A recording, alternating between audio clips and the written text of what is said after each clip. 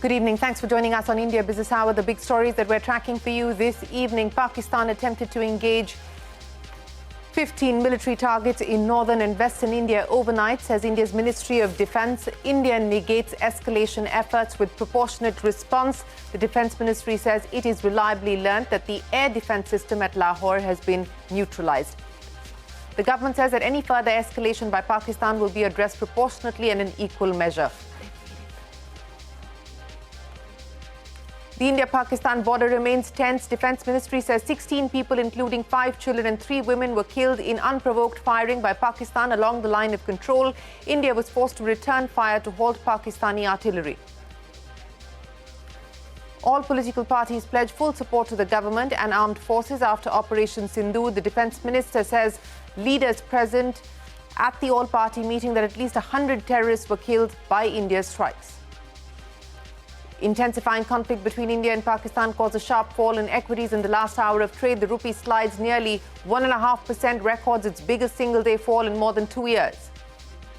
L&T reports a mixed Q4 despite a 25% jump in profits. Asian Paints reports a weak quarter, missing estimates on all fronts. Titan beats estimates with a 20% revenue growth and strong margins.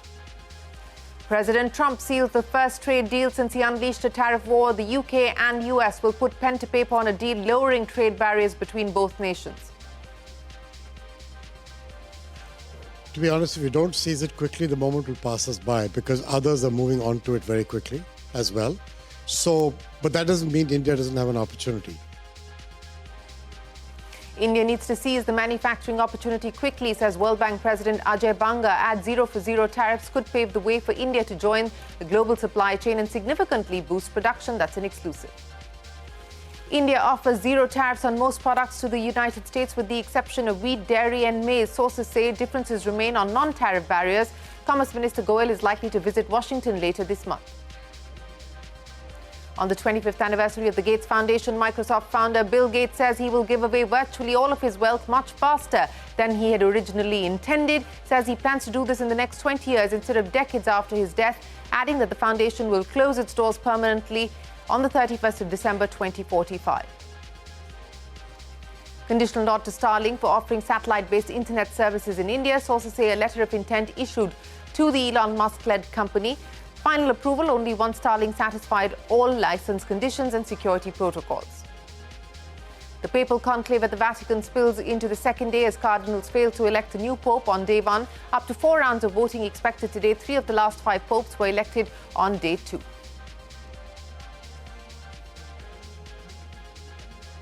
Well, let's go straight to the top story this evening. The Indian government has said that Pakistan attempted to engage 15 military targets in northern and western India overnight. Now, these places include Srinagar, Jammu, Amritsar and Bhuj. The Defence Ministry said India retaliated by targeting air defence systems in Pakistan. The government said that it has reliably learnt that the air defence system in Lahore has now been neutralised. Foreign Secretary Vikram Misri, flanked by the 2 women officers who spoke first, addressed a press conference again today, saying that the April 22nd attack on tourists in Pahalgam was the first escalation by Pakistan and India responded with equal intensity. The Foreign Secretary also held a picture of Lashkar-e-Toiba commander Hafiz Rauf leading funeral prayers for the terrorists killed in Operation Sindoor in the presence of the Pakistan Army officials. The Lashkar-e-Toiba has been designated a terrorist organization by the United Nations. Taking a jibe at Pakistan, Foreign Secretary Misri said, and I quote him here, "I wonder what message this picture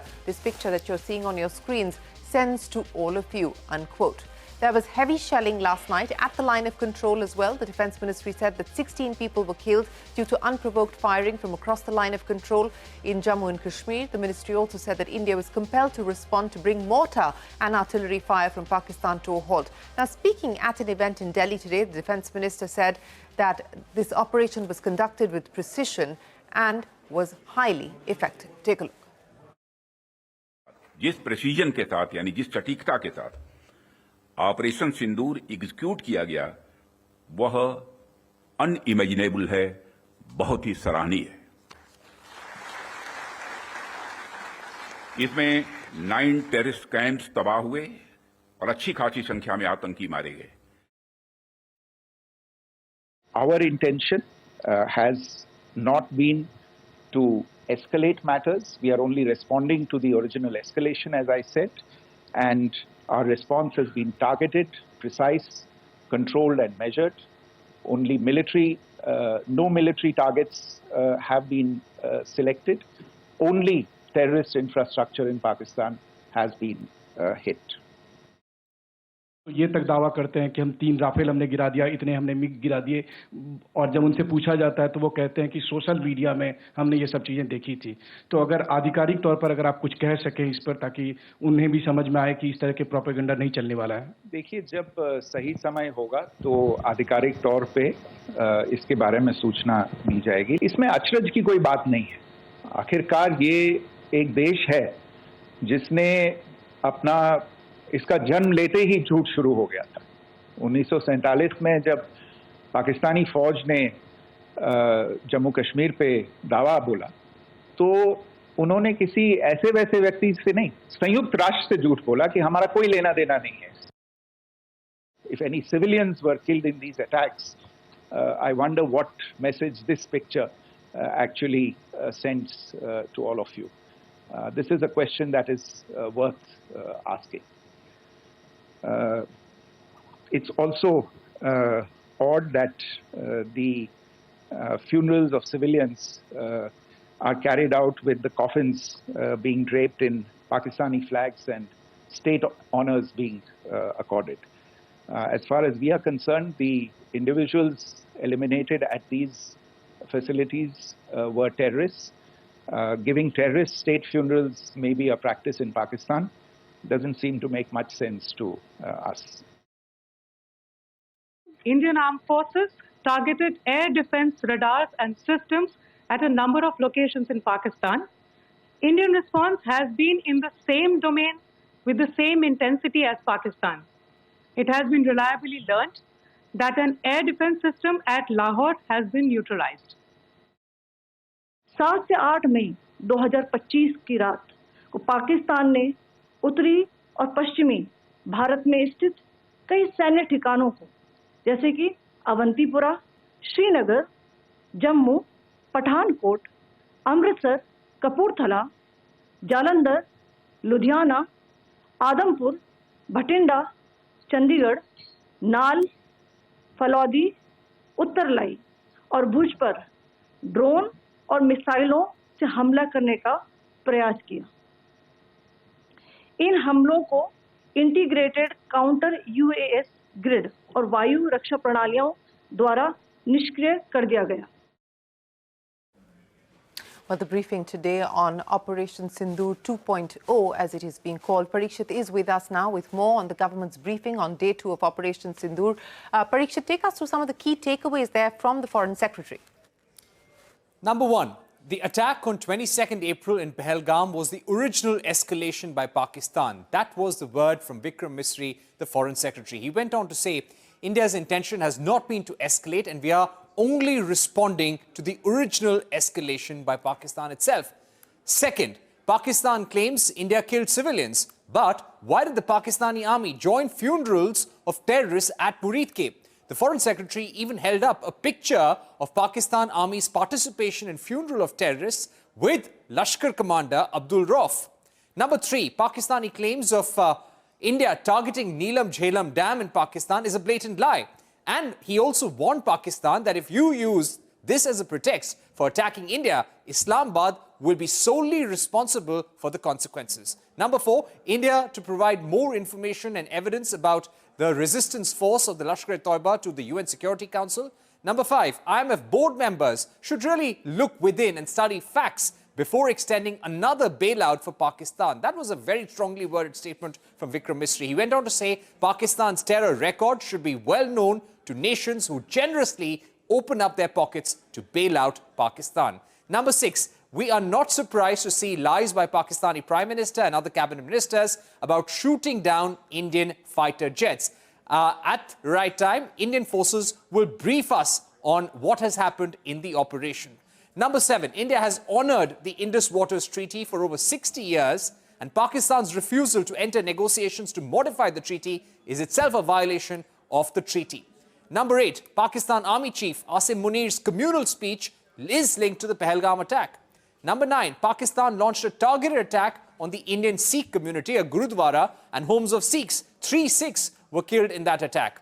And finally, number 10, any further escalation by Pakistan will be addressed proportionately and in equal measure by Indian forces. Parikshit, many thanks. They're comprehensively wrapping up what we heard there from the Foreign Secretary Vikram Misri. Now, all political parties have pledged full support to the government and armed forces at an all-party meeting that took place today. Defence Minister Rajnath Singh praised leaders of political parties in the capital. He said that 100 terrorists were killed by India's strikes and added that since Operation Sindoor is an ongoing effort, details of the exercise cannot be shared at the moment. Union Ministers Amit Shah, Nirmala Sitharaman and S. Jaishankar also in attendance. कोई छोटे छोटे बातों को लेकर के बयानबाजी नहीं हुआ और बाहर भी देश भर में पॉलिटिकल पार्टीज का स्टेटमेंट भी बहुत ही एक लाइन में आ रहे हैं. ये भी अच्छा चीज़ है जो हमको देखने को मिला है. तो ऑपरेशन सिंदूर का कार्रवाई क्योंकि ये ऑनगोइंग ऑपरेशन है इसलिए अलग से ऑफिशियल ब्रीफिंग नहीं है. ये रक्षा मंत्री जी की ओर से सरकार की ओर से पूरा पॉलिटिकल लीडर्स को ब्रीफिंग हुआ है. उन सेक्टर में जो हो रहा है कि उसका एक वहाँ पर जो गोलीबार हो रहा है और उसमें सरकार से आग्रह किया है कि नागरिकों की सुरक्षा वहाँ प्राथमिकता देना चाहिए और इसके लिए सैन्य और नागरिक प्रशासन के बीच बेहतर एक समन्वय बनाना चाहिए. ये हम सरकार से मांग किए हैं.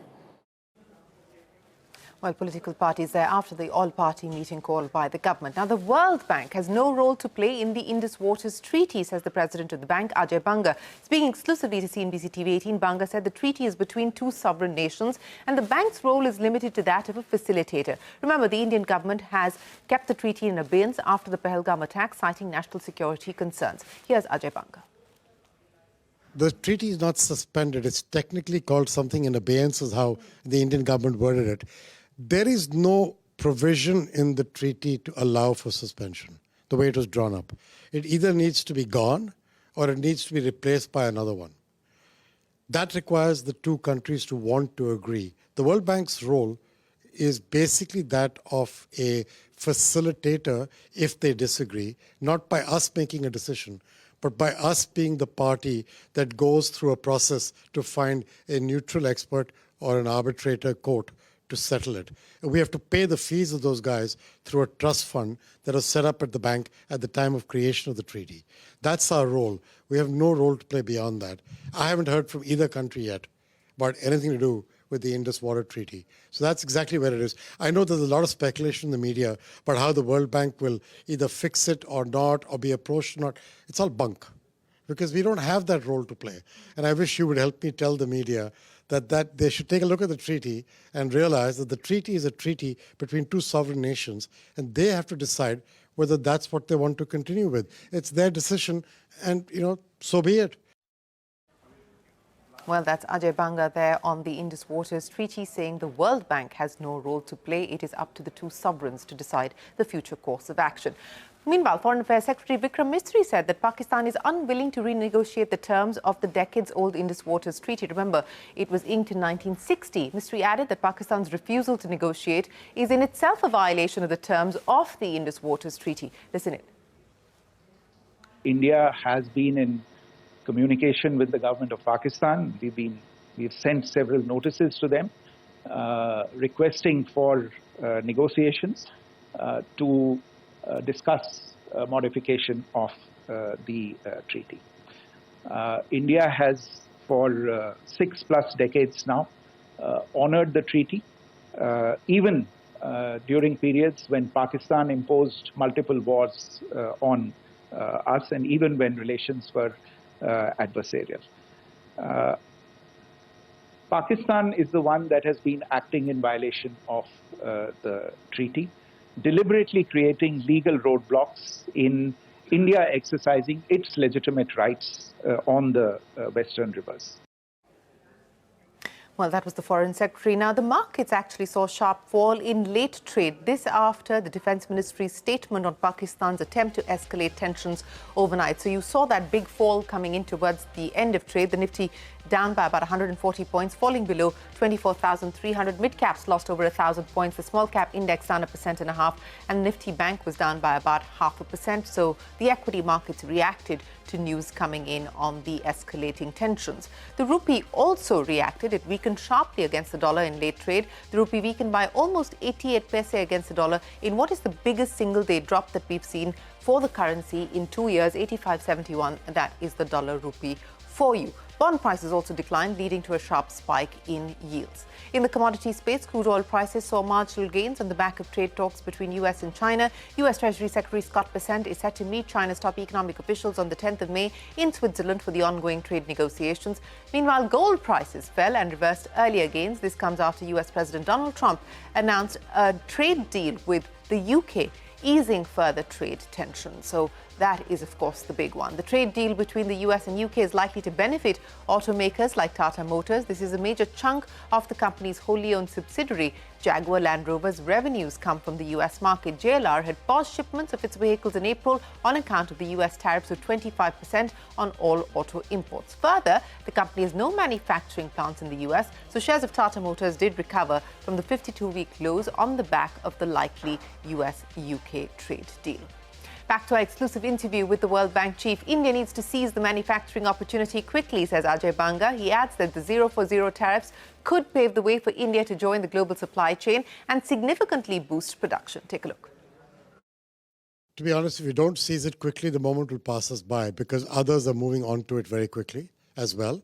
So, but that doesn't mean India doesn't have an opportunity. I believe that India has the benefit of a huge workforce that could be put to work. It will need skilling. That's why I kept talking about skilling a little while ago.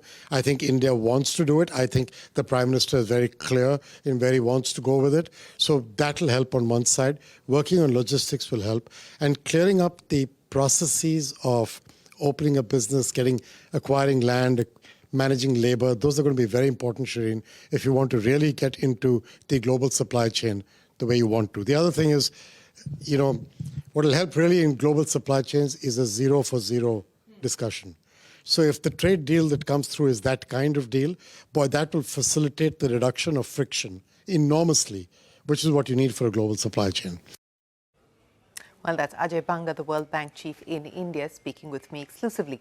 L&T reported a mixed set of numbers for Q4 with net profit and margins ahead of street estimates. Revenue missing the mark. Profit rose 25% while revenue rose 11% on an annual basis. The company's order inflow grew 18% while the order book rose 22% on a yearly basis. The board has recommended a final dividend of 34 rupees a share for FY25.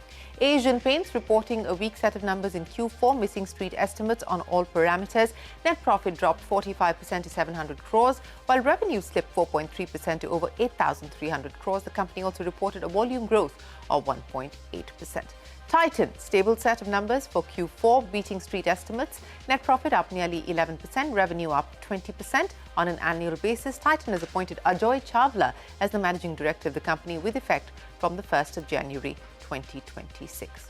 Now, passengers flying to and from the Mumbai International Airport will now have to pay more towards user development fee. The fee has been hiked for domestic passengers from 0 to 175 rupees on departing flights and to 75 rupees on arriving flights. Meanwhile, international economy class passengers will have to pay 260 rupees on arriving flights and 615 rupees on departing flights. For international business class passengers, the fee is now between 304 rupees and 695 rupees. So a jump there in the user development fee for the Mumbai airport.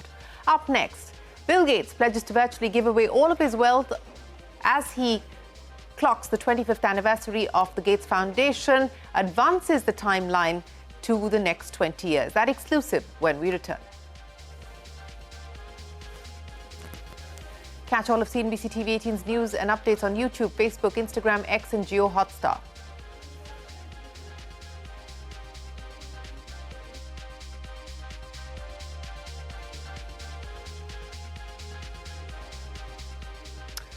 While the controversial judge, Justice Verma, has refused to resign as the Delhi High Court judge even after his indictment by an in-house committee. The committee probed the allegations of cash recovery at his official residence in Delhi. Reports say the Chief Justice Khanna had asked Justice Verma to resign or face impeachment proceedings. The Chief Justice of the Supreme Court has also forwarded the in-house committee's report to the Prime Minister and to President Murmu.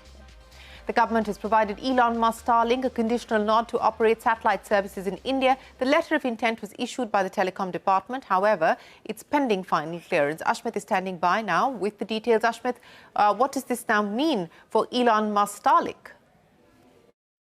Well, the first regulatory hurdle being crossed as far as Elon Musk-backed Starlink is concerned. Starlink, of course, just for the benefit of our viewers, is the satellite-based internet service that Elon Musk has been pitching for providing services here in India. Now, the application had been made. There were certain security concerns that had been flagged that required compliance. Now we understand that the DOT, the government, has given a conditional nod in the form of a letter of intent. A letter of intent essentially says that, yes, both the parties are committed towards allowing for providing of these services, subject, it is conditional, mind you, subject to compliance with all the conditions that have been prescribed as a part of the license agreement 1 and 2, the security protocols that have been identified. So the LOI, the letter of intent, should not be deemed as a final approval. That, of course, is pending, subject to Elon Musk-backed Starlink complying with all the security norms. Now, bear in mind that only earlier this week we had a fresh list of security norms that had been prescribed by the Department of Telecom, which included about basing critical network infrastructure here,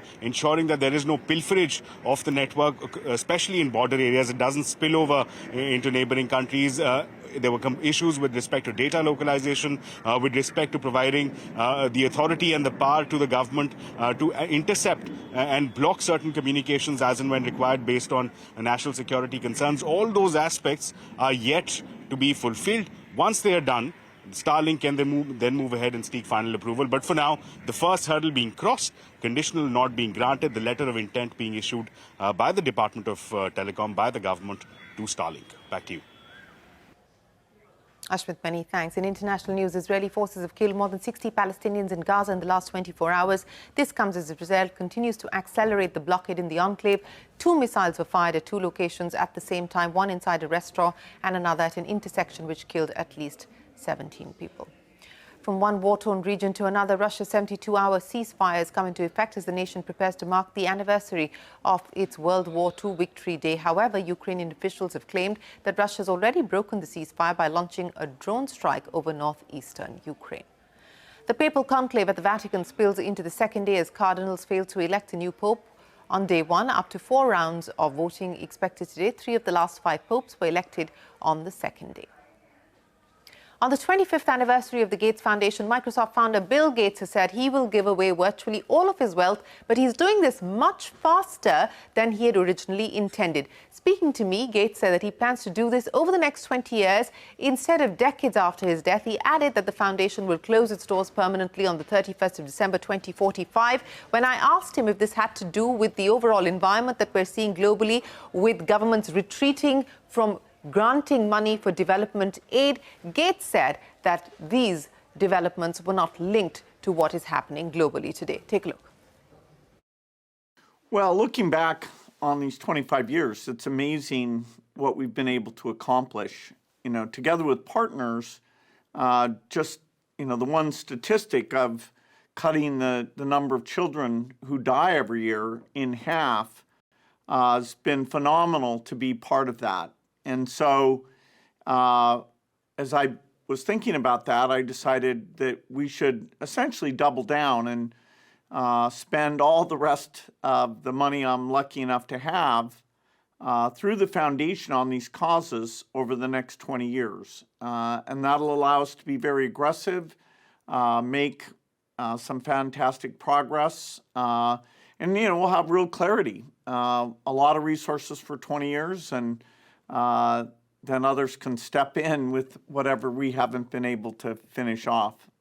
Bill, you talked about doubling down on the significant resources that you've already committed. $100 billion was the previous amount that you did over the last 25 years in spending. You're doubling down on that, $200 billion between now and 2045. So help me understand, these are big numbers. Prioritize for me how you intend to use this money and what are you hoping to achieve in terms of impact? Well, the first 25 years, we got childhood deaths down from 10 million to under 5 million a year. And we also took the two other diseases, HIV and tuberculosis, and the deaths were cut substantially for both of those. We also came up with ways to save mothers who are giving birth. And so we're really putting most of the resources into the global health work. We hope to be able to cut the number of children who die more than in half again, and also to make dramatic reductions in all infectious disease. We need to finish our polio eradication. Still a lot of hard work left there, and we also think some other eradications, guinea worm, malaria, a number of diseases could be taken all the way to zero. And so by having, for the next 20 years, over 200 billion in resources, double what we spent in the first 25 years, we'll be able to partner with scientists, and we have a great partnership with the Indian government to help them achieve their ambitious health goals. And this field, the field of global health, will be able to perform miracles, and our resources will be a meaningful part of that. Well, that's a big announcement there coming in from Bill Gates. Intends to give away virtually all of his wealth over the next 20 years. That's an accelerated deadline that he set for himself, and the Gates Foundation will shut shop, or intends to shut shop, in 2045. With that, it is time for us to wrap up this edition of India Business Hour. There's a lot more coming up here on CNBC TV18. We will keep you updated on all the latest developments, including, of course, the escalation of tensions between India and Pakistan. From all of us here for now, goodbye. Thanks for watching.